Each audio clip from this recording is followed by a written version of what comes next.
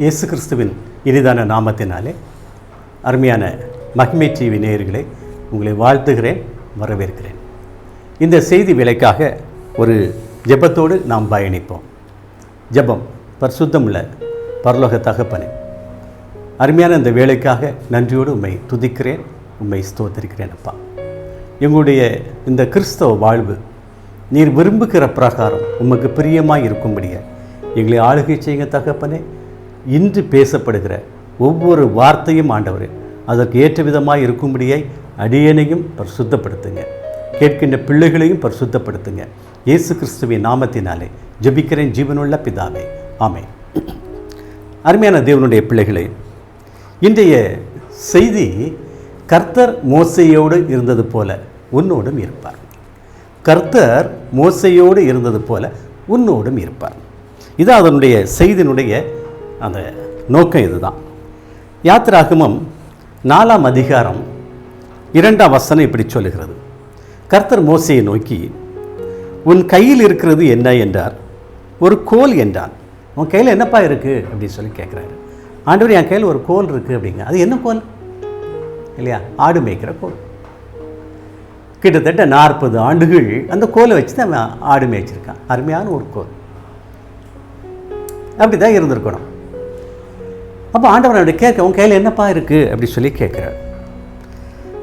அவன், ஆண்டவர், என் கையில் ஒரு கோல் இருக்குது ஆண்டவரே, ஆடு மேய்க்கிற ஒரு கோல் இருக்குது அப்படி சொல்லி சொல்கிறான். இது இந்த வேலை எப்படிப்பட்ட வேலை தெரியுமா? ஒரு முக்கியமான வேலை. இந்த உலகத்துக்கு ஒரு முக்கியமான ஒரு நேரம். ஆண்டவர் அவனோட கூட பேசுகிற நேரம். ஆம், கிறிஸ்துவுக்குள் அன்பானவர்களே, ஒவ்வொரு பிள்ளைகளோடும் ஆண்டவர் பேசுகின்ற அந்த வேளை, அந்த நேரம் மிக முக்கியமானது. அற்புதங்கள் நிகழ்த்தக்கூடியது. மோசையை கொண்டு மாத்திரமா தேவன் இந்த உலகத்திலே அற்புதங்களையும் அதிசயங்களையும் செய்தார்.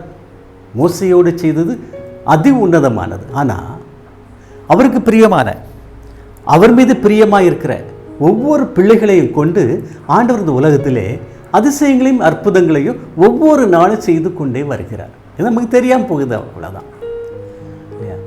எது மிகப்பெரிய அற்புதம், அதி உன்னதமான அற்புதமோ அது வருகிற நாட்களிலே அதை குறித்து மக்கள் பேசுவார்கள் இல்லையா?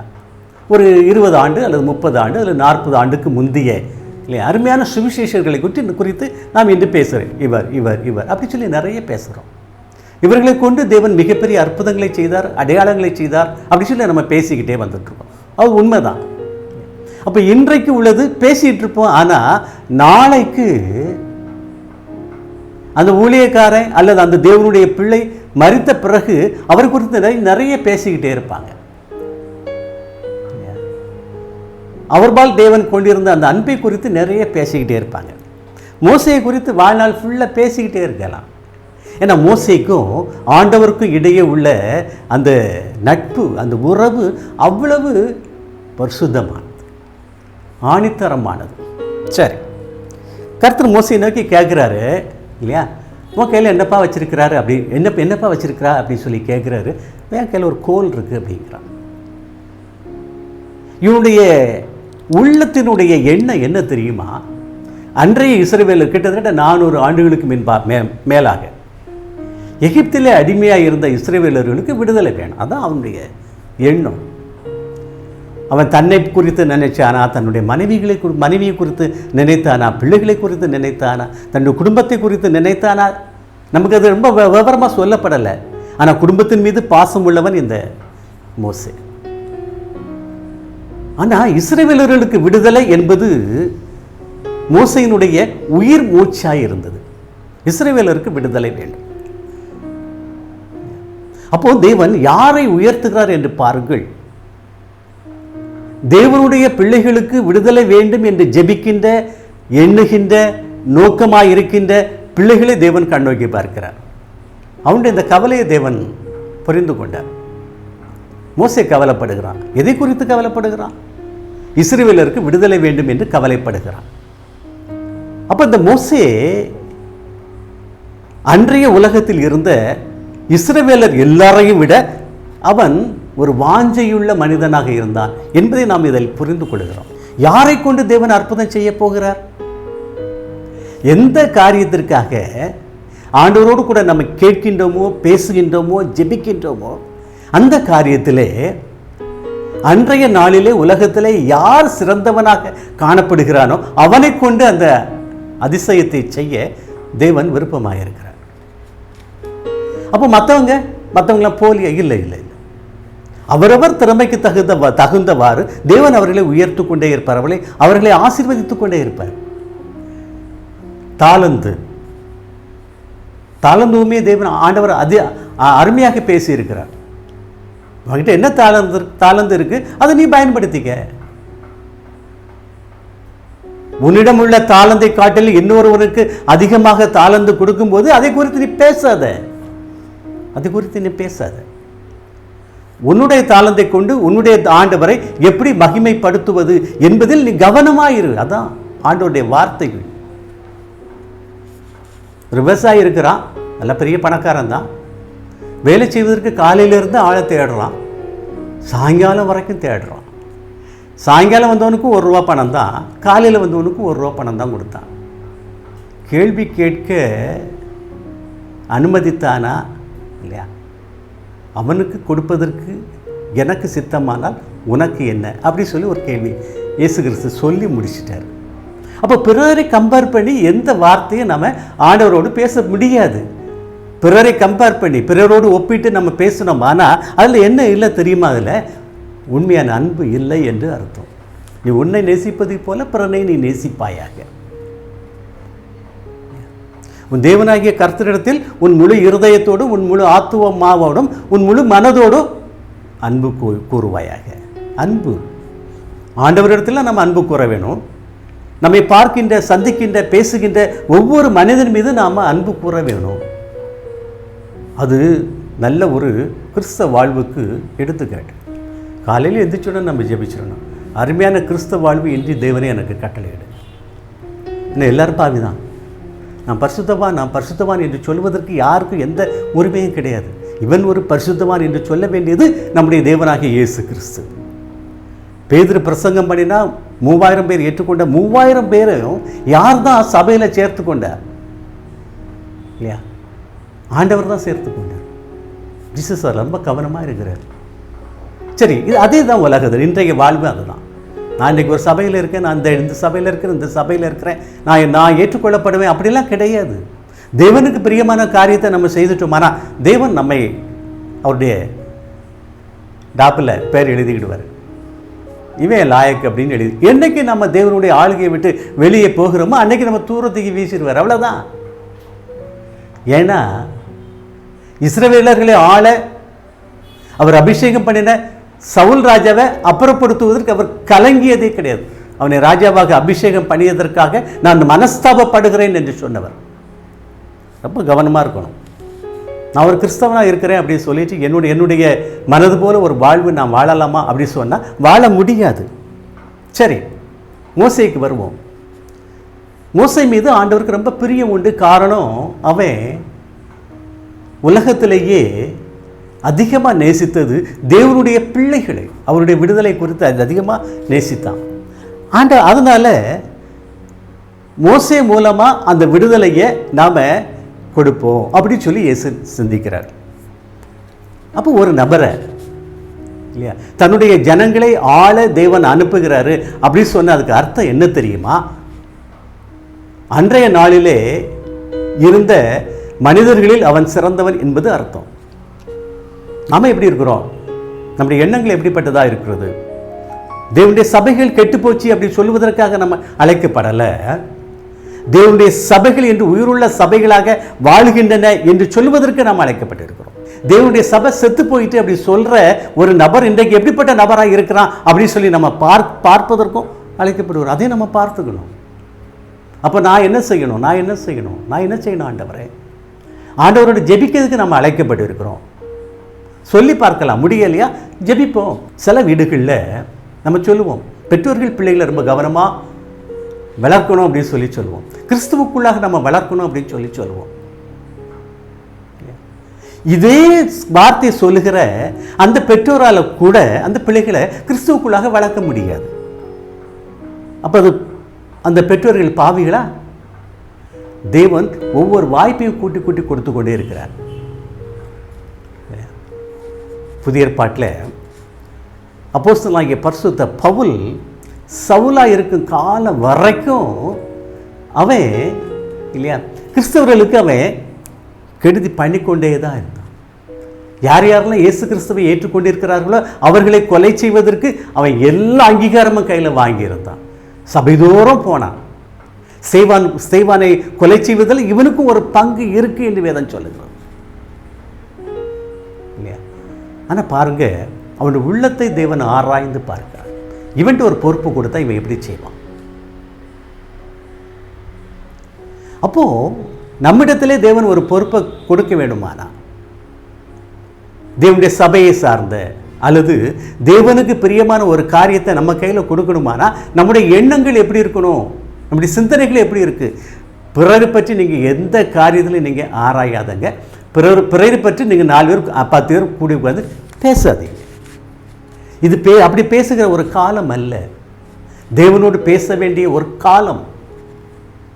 இன்னும் நாம் அதை புரிந்து கொள்ளவில்லையானா நம்முடைய வாழ்வு நிச்சயமாக முன்னேறாது. இல்லை, எந்த சந்தேகமும் கிடையாது. கிறிஸ்தவ வாழ்வு என்பது தேவனுடைய முகத்தை நோக்கி பார்த்து வாழ்கின்ற ஒரு வாழ்வு. மனிதனுடைய முகத்தையோ மனிதனுடைய செயலையோ பார்த்து வாழ்கின்ற ஒரு வாழ்வு அல்ல. இதை புரிந்து கொள்ள வேணும். நீங்கள் எந்த காரியத்தை நீங்கள் ஆண்டவரோடு கூட பேசலாம், எந்த காரியத்தை குறித்து நீங்கள் ஆண்டவர்கிட்ட நீங்கள் ஜெபிக்கலாம், குறையே கிடையாது. ஆனால் எந்த காரியங்களுக்காக ஆண்டவரோடு கூட நீங்கள் பேசுகின்றீர்களோ அதை விட தேவனுடைய ராஜ்யத்தை நீங்கள் தேடுகிற அந்த தேடல் இருக்கு பாருங்க, அது அதிகமாக இருக்கும். அதுதான் முதன்மையாக இருக்கணும். தேவ நீதியை குறித்து நீங்கள் பேசுகிறீங்க பாருங்க, அது அதிகமாக இருக்கணும். தேவ நீதியின்படி நான் நடக்கணும்னு சொல்லி நீங்கள் நினைக்கிறீங்க பாருங்க, அது அதிகமாக இருக்கணும். அதுதான் ஆசீர்வாதம். அதுதான் ஆசீர்வாதம். இந்த மோசேயினுடைய ஒவ்வொரு செயலும் அப்படித்தான் இருந்துச்சு. இஸ்ரவேல் ஜனங்கள், ஏன் இஸ்ரவேல் ஜனங்கள் மீது அவனுக்கு அவ்வளோ பெரிய அன்பு? இது தேவனுடைய ஜனம், தேவனுடைய பிள்ளைகள், ஆண்டவரால் தெரிந்து கொள்ளப்பட்டவர்கள். அதனால மோசேக்கு அவர்கள் மீது அவ்வளவு பெரிய ஒரு பற்று, ஒரு வாஞ்சை. அதை பிதா புரிந்து கொண்டார். அந்த வேலையை செய்வதற்கு அவர் மோசே அழைக்க வரார். அப்போ தான் கேட்குறாரு, உன் கையில் என்னப்பா இருக்குது அப்படின்னு சொல்லி கேட்குறாரு. அவன் ஆண்டவர் கோல் இருக்குது அப்படிங்க. அப்போ ஆண்டவர் சொல்கிறாரு, இப்போ நீ தரையில் போடுப்பா அப்படின்னு சொல்லி சொல்கிறார். எவ்வளோ பிரத்யட்சமாக பேசுகிறாரு பாருங்க. நம்மோட பேசணுங்க. ஆண்டவர்கிட்ட நம்ம கேட்கணும். தூங்கும் போதும் கேட்கணும், விழிச்ச உடனே கேட்கணும். ஆண்டவர் என்னோடு பேசுங்க இல்லையா. கவலையப்படாதீங்க. நீங்கள் வேதத்தை வாசிக்க உங்களோட கூட ஆண்டவர் பேசிக்கிட்டே இருக்கிறார். வேத வார்த்தைகளுக்கு அவ்வளவு முக்கியத்துவம் கொடுங்க, தேவன் நம்மை உயர்த்துவார். சரி, தரையில் போடு அப்படின்னு சொல்லிட்டார். அவன் அந்த கோலை தரையில் போட்டான். அது ஒரு பெரிய சர்ப்பமாயிடுச்சு, பாம்பாயிடுச்சு. மோசே அதை கண்டு விலைக்கு ஓடினான் இல்லையா. அவன் கையில் இதுவரைக்கும் அது ஒரு காஞ்ச கம்பாக இருந்துச்சு, ஒரு கோலாக இருந்துச்சு. இப்போ அது எப்படி இருப்பாருங்க, அது பாம்பாக நெளிந்து ஓடுகிறது, சர்ப்பமாக ஓடுகிறது. அப்பொழுது கர்த்தர் மோசையை நோக்கி சொன்னார், உன் கையை நீட்டி அதன் வாலை பிடி அப்படின்னு சொல்லி சொன்னார். அவன் தன்னுடைய கையை நீட்டி, எவ்வளவு பெரிய விசுவாசம் அப்படின்னு பாருங்க. தன்னுடைய கையை நீட்டி அதை பிடித்த போது அது அவன் கையில் என்ன ஆயிடுச்சு, கோல் ஆயிடுச்சு. அவன் கையில் இருக்கும்போது கோலாக இருக்கு, கீழே போட்டால் பாம்பா மாறிடுது. அதிசயம், அற்புதம். தேவனோடு கூட இருக்கும்போது, தேவனுடைய வார்த்தைகளுக்கு செவி கொடுக்கும்போது, தேவனுடைய வார்த்தைகளை கவனிக்கும்போது, தேவனுடைய ஆளுகைக்குள்ளாக இருக்கும்போது நம்ம செய்கிற ஒவ்வொரு காரியத்திலும் என்ன இருக்கும் தெரியுமா, அதிசயங்களும் அற்புதங்களும் நடக்கும். இதாங்க இந்த செய்தியினுடைய சாரமே இதான். தேவனோடு இருக்கணும், தேவனோடு பேசணும், தேவனுக்குரிய காரியங்களை செய்ய நாம் எப்படி இருக்கணும், நம்ம வாஞ்சையாக இருக்கணும். ஒவ்வொரு நாளும் வாஞ்சையாக. பிறர் பற்றி நீங்கள் கவலையே படாதீங்க. ஒரு தப்பு பண்ணுறான்னு அவனுக்காக ஜெபிச்சுட்டே இருங்க. அதான் ஆண்டவர்கிட்ட சொல்ல போகிறீங்க. நீங்கள் அவனை மாற்றுங்க, மனம் மாற்றுங்க. ஆண்டவரை நல்லவங்களாக இருக்கான், துதிச்சுக்கிட்டே இருங்க. அதற்காக அவன் நல்லவனோ பொல்லாதவனோ பிறரோடு சேர்ந்து நீங்கள் என்ன செய்யாதீங்க, நீங்கள் சம்பாஷிக்காதீர்கள். நீங்கள் அப்படி நீங்கள் சம்பாதிச்சிங்க, நீங்கள் பேசுனீங்க அப்படி சொன்னால் ஆண்டவரோடு பேசுகின்ற அந்த நேரம் குறைஞ்சி போகும். அப்போ ஆண்டவர் அவனை அழைக்கிறார். நமக்கு எல்லாம் தெரியும், நமக்கு இல்லையா? இஸ்ரேலர் நீ போய், நீ பாபிலோனுக்கு போய், எகிப்து தேசத்துக்கு போய் இஸ்ரேலை மீட்டு கொண்டு வா அப்படின்னு சொல்லி சொல்கிறார்.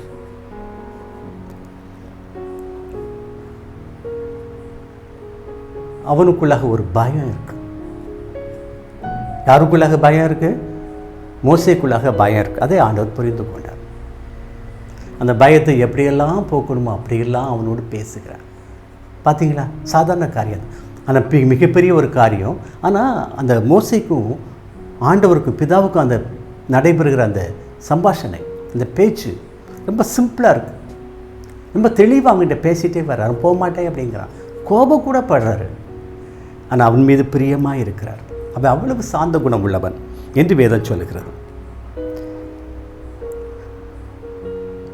அப்போ அவர் சொல்கிறார்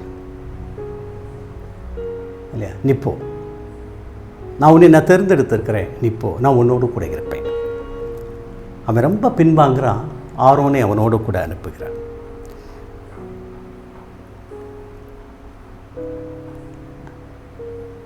இதே ஒரு காரியத்தில், நல்ல கவனிச்சிடுங்க, இதே ஒரு காரியத்தில் நியாயாதிபதிகள் 6ஆம் அதிகாரம் 14ஆம் வசனம்,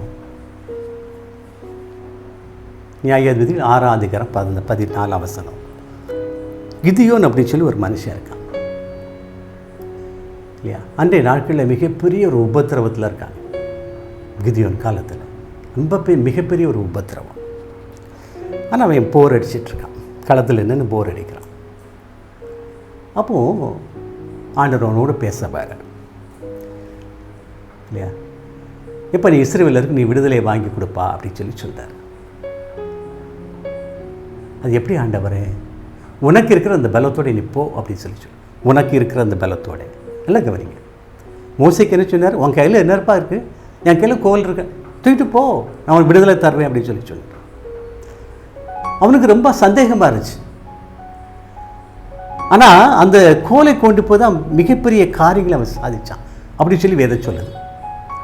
இந்த உலகத்தில் கூட அநேக பிள்ளைகள், தேவனுடைய பிள்ளைகள், தேவனுடைய சுவிசேஷர்கள் இல்லையா, தேவனுடைய பிரசங்கிமார்கள், தேவனுடைய வார்த்தையை பேசுகின்ற பிள்ளைகள் அநேக காரியங்கள் இந்த உலகத்தில் சாதிச்சிருக்காங்க.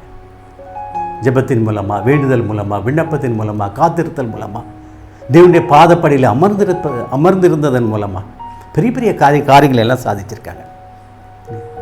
எப்படி சாதிச்சாங்க? அவங்க பெரிய மனிதர்களா அப்படின்னு கிடையாது.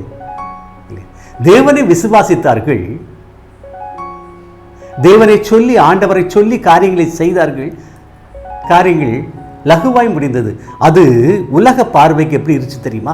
அதிசயமாக இருந்துச்சு, ஆச்சரியமாக இருந்துச்சு. அவ்வளோதான், வேற ஒன்றும் இல்லை. மோசே சாதாரண ஒரு மனிதன் தான். ஆனால் ஆண்டவர் சொல்கிறாரு இல்லையா, அவன் என்னுடைய வீட்டில் எங்கே உண்மை உள்ளவனாக இருக்கிறான், அவன் சாந்த குணம் உள்ளவன் அப்படின்னு சொல்லி சொல்கிறார். அவன் உண்மை உள்ளவன், அவன் சாந்த குணம் உள்ளவன் அப்படின்னு சொல்லி சொல்கிறார். அதே தான் ஆண்டவர் இந்த கிதியோன் மேலே ஒரு பற்று வச்சிருந்தார். உனக்கு இருக்கிற அந்த பலத்தோடு நீ போப்பா, நீ போய் இஸ்ரவேலருக்கு ஒரு விடுதலை நீ வாங்கி கொடுப்பா, இஸ்ரவேலை நீ ஆளுகை செய்யப்பா. ராஜா கிடையாது, அவன் நியாயாதிபதி தான், நீ போப்பா அப்படின்னு சொல்லி சொல்கிறார். அவன் போனான். பார்த்துடுங்க இல்லையா, அவன் போகும்போது பெரிய படையம் பின்னால் வந்துச்சு. இஸ்ரவேலருக்கு விடுதலை வாங்கி கொடுக்க இப்போ கிதியோன் ராஜாவை மாதிரி போகிறான். அப்போ ஆண்டவர் சொல்கிறாரு, இவ்வளவு பெரிய கூட்டம் வேண்டாம்ப்பா, என்னுடைய நாம அங்கே மகிமைப்படணும். இவ்வளோ பெரிய கூட்டம் போய் தான் வின் பண்ணாங்க அப்படி சொல்லக்கூடாது. உடனே 22,000 பேரை திருப்பி அனுப்பிட்டான். என்ன இத்தனை பேர் இருக்காங்க அப்படின்னு பார்த்தா 10,000 பேர் இருக்காங்க. அப்பமா ஆண்டவர் அந்த 10,000 பேரை அவர் அனுப்ப விரும்பலை இல்லையா. ஒரு டெஸ்ட் வைக்கிறாரு, போய் தண்ணி குடிக்க சொல்கிறாரு இல்லையா. ஒரு 300 பேரை மட்டும் தேர்ந்தெடுத்து கிதியோன் என்ன செய்கிறான்? யுத்தத்துக்கு போகிறான். ஒரு மிகப்பெரிய ஒரு பட்டாளத்தை, மிகப்பெரிய ஒரு சேனையை ஜெயிப்பதற்காக ஆண்டவர் கிதியோனுக்கு கொடுத்த அந்த அழைப்பு எத்தனை பேர் தெரியுமா? அனுமதி எத்தனை பேர் தெரியுமா? 300 பேர் தான். ஆனால் அந்த 300 பேருக்காக இந்த கிதியோன் என்ன செய்யலை, பயப்படலை. யுத்தத்துக்கு போகிறான், யுத்த களத்தில் போய் நிற்கிறான்.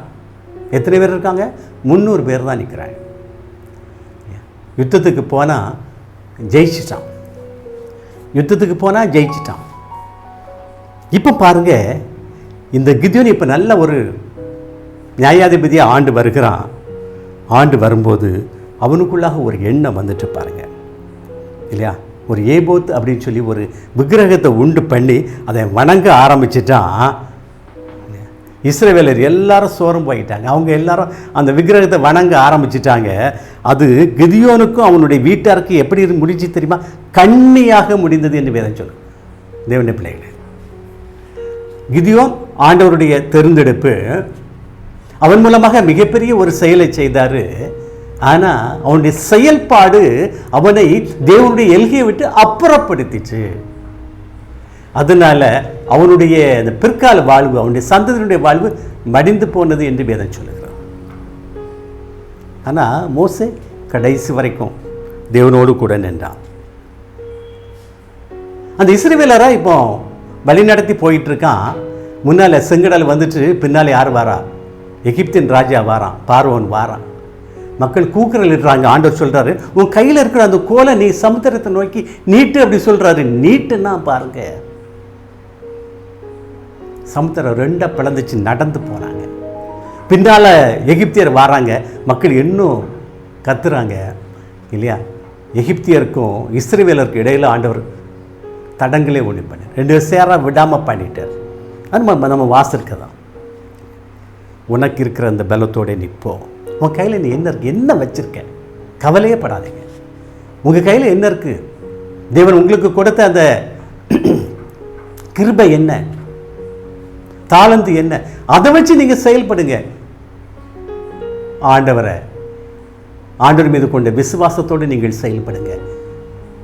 தேவனுடைய பிள்ளைகளை, எனக்கு அது இல்லை இது இல்லை அப்படி சொல்லாதீங்க. தேவன் உங்களுக்கென்று இல்லையா ஒரு கிருபையை கொடுத்திருக்கிறார், ஒரு தாளந்து கொடுத்துரு, அதை செயல்படுத்துங்க. அது என்ன தாளந்து அப்படின்னு நீங்கள் புரிந்து கொள்ள வேண்டுமானா தேவனோடு பேசுங்க, ஜெபிங்க. எப்படி ஆண்டவர் செயல்படுத்தணும், எப்படி செயல்படுத்தணும், ஆண்டவரோடு கூட பேசுங்க. கிதியோனுக்கு 300 பேரை தேர்ந்தெடுத்து போகணும்னு சொல்லி அந்த எண்ணமே அவனுக்கு கிடையாது. எல்லாரையும் கூட்டு போக ஆயத்தமாயிட்டான். ஆண்டவர் தான் 300 பேர் கூட்டு போனார்.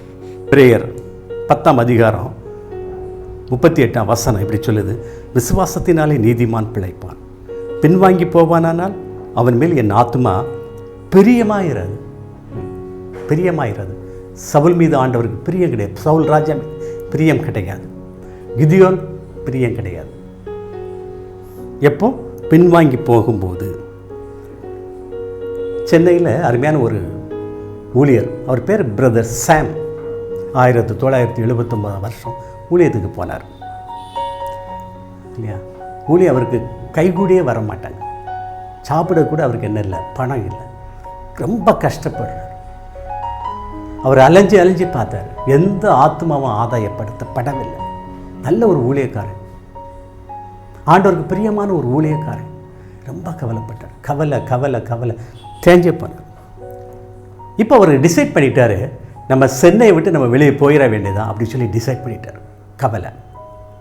அதிகாலையில் 2 மணிக்கு நாளை காலையில் நான் ஊருக்கு போயிடணும் அப்படி சொல்லி டிசைட் பண்ணி உட்கார்ந்துட்டுருக்கிறாரு. கவலையோடு உட்கார்ந்துட்டுருக்கார். தூக்கம் கூட வரமாட்டேங்க. அதிகாலை 2 மணிக்கு ஒரு வயசான மனுஷர் வந்து தட்டுறார், டப்புன்னு தட்டுறார். இவருக்கு கோபம், எரிச்சல். யார் இப்போ வந்து தட்டுறா, நான் காலையில் நான் இந்த காலி பண்ணி போயிடுவேன் அப்படின்னு சொல்லிட்டு அவர் தட்டி கடைசியில் இவர் போய் திறக்கிறாரு. அவர் கையில் ஒரு பார்சல் இருக்குது. சாதாரண கிழங்கு, அவிச்ச கிழங்கு தான் அவர் கையில் இருக்குது. அந்த கிழங்கு கொண்டு அவர்கிட்ட கொடுக்குறாரு. இவர் வாங்கி சாப்பிட விருப்பப்படவே இல்லை. கடைசியில் சாப்பிட்டார். அவரோடு பேசினார். அப்போ தான் அவர் இந்த வசனத்தை சொல்கிறார், விசுவாசத்தினால நீதிமான் பிழைப்பானப்பா, பின்வாங்கி போவானால் அவன் மேல் என் ஆத்மா பிரியமாகிறாது என்று வேதம் சொல்லுகிறது அப்படின்னு சொன்னார். வாங்கி சாப்பிட்டார் இல்லையா. மிகப்பெரிய ஒரு ஊழியராக மாறிட்டார். சென்னையில் மிகப்பெரிய ஒரு ஊழியராக மாறிட்டார் அப்படி சொல்லி வேதம் சொல்லுகிறது. கிறிஸ்துவுக்குள் அன்பானவர்கள், ஒவ்வொரு காரியத்திலும் நாம் விசுவாசத்தோடு செயல்படணும். என்ன தாளந்து தேவன் நம்மிடத்தில் கொடுத்திருக்கிறார். தாவீதுக்கு ஒரு தாளந்தை கொடுத்தார், கிதியோனுக்கு ஒரு தாளந்தை கொடுத்தார். தாவீது அந்த தாளந்தை பவ்யமாக நேர்த்தியாக அவர் என்ன செய்தார், அந்த தாளந்தை பயன்படுத்தினார். ஆனால் கிதியோன் தாளந்தை நேர்த்தியாக பயன்படுத்தினார். ஆனால் பிற்கால வாழ்க்கையில் அவர் என்ன செய்யிட்டார் தெரியுமா? தேவனுடைய எல்கையை விட்டு வெளியே போயிட்டார். எந்த காலத்திலும் தேவனுடைய எல்கையை விட்டு மட்டும் நம்ம வெளியே போகவே கூடாது. தேவனுடைய எல்கையை விட்டு நம்ம வெளியே போயிட்டோமானா தேவன் நம்மை குறித்து மனஸ்தாபப்படுகிற ஆண்டவராக இருக்கிறார். அது நன்மையோ தீமையோ கஷ்டமோ நஷ்டமோ எல்லா வேளைகளிலும் ஆண்டவரோடு கூட இருங்க, ஜெபிங்க இல்லையா? ஆண்டவரோடு கூட இருங்க. ஆண்டவரோடு கூட நம்ம இருந்தோமானா தேவன் நிச்சயமாக நம்மையும் ஆசீர்வதிப்பார். கிதியோனுடைய வாழ்விலே தேவனுடைய தெரிந்தெடுப்பாக இருந்தாலும் கிதியோன் தேவனுக்கு பிரியமற்ற காரியத்தை செய்ததினாலே, தேவனுக்கு பிரியமான காரியம் தேவனுக்கு பிரியமற்ற காரியம் நன்றாக ஞாபகம் வைத்துக் கொள்ளவே. பிரியமான காரியம் பிரியமற்ற காரியம் எவைகளில் நாம் நிலைத்திருக்க வேண்டும். பிரியமற்ற காரியத்தில் நிலைத்திருந்தோமானா தேவன் நமக்கு வாய்ப்புகளை கொடுப்பார். மனமாறு அப்படி சொல்லி வாய்ப்புகளை கொடுப்பார். நம்மிலே மாற்றம் இல்லையானால் தேவன் மனஸ்தாபப்படுகிற ஆண்டவராக இருப்பார். அந்த மனஸ்தாபம் என்று மனஸ்தாபப்படுகிறாரோ அன்றிலிருந்தே அவருடைய ஜீவ புஸ்தகத்திலிருந்து அந்த பெயரை கிறுக்கிப்பட அவர் ஆயத்தமாக இருக்கிறார். ஆயத்தமாக இருக்கிறார். சவுலுடைய வாழ்விலும் இந்த கிதியோனுடைய வாழ்விலும் முடியவே முடியலை. அதை அந்த ஜீவ புஸ்தகத்தில் அவருடைய பெயர் சேர்க்கப்படுவதற்கு முடியவே இல்லை. ஆனால் தாவீதுடைய வாழ்வில் எந்த அளவுக்கு தெரியுமா? ஆண்டவர் சொன்னார், இவன் என்னுடைய வாழ்க்கையில் இவன் எனக்கு பிரியமான மனிதன் சொல்கிறார். அது மாத்திரமல்ல, இயேசுவை குறித்து சொல்லும்போது இயேசு தாவீதின் குமாரனாகிய இயேசு என்று அழைக்கப்பட்டார். தாவீதின் இயேசு இல்லையா? பிதா குமாரன் பரிசுத்த ஆவியார், இந்த 3 பேரில் குமாரன் தாவீதின் குமாரன் என்று அழைக்கப்பட்டார். காரணம் தாவீது ராஜாவுடைய வாழ்வு தேவனுக்கு பிரியமான காரியங்களை செய்வது. ஜெபிப்போம். அன்பின் நல்ல பரலோக தகப்பனே, அருமையான இந்த ஜெப வேலைக்காக உண்மை நன்றியோடு துதிக்கிறேன், உண்மை ஸ்தோத்தரிக்கிறேன். இந்த வேளையிலும் ஆண்டவரே கொடுத்த சத்தியத்திற்காக உண்மை நன்றியோடு துதிக்கிறேன், உண்மை ஸ்தோத்தரிக்கிறேன். கேட்ட பிள்ளைகள் உணர்ந்து கொண்டு புரிந்து கொண்டு தங்களுடைய வாழ்வை ஆண்டவரை செப்பனிட உதவி செய்யுங்க. ஒவ்வொரு பிள்ளைகளையும் ஆசீர்வதிங்க. சுகம், பலன், ஜீவன் கொடுங்கப்பா. பரிசுத்தாவின் வல்லமையை கொடுங்க. அவரோடு கூட இருங்க. போக்கும் வரத்துமாக இருக்க உதவி செய்யுங்கப்பா. போக்கில் வரத்தில் அவர்களோடு கூட இருங்க. உம்முடைய எல்கையை விட்டு நாங்கள் வெளியே சென்று விடாதபடி அக்கினி மதிலார் எங்களை பாதுகாத்துக் கொள்ளுங்க. இயேசு கிறிஸ்துவின் நாமத்தில் நான் ஜெபிக்கிறேன், ஜீவனுள்ள பிதாவே. ஆமென், ஆமென்.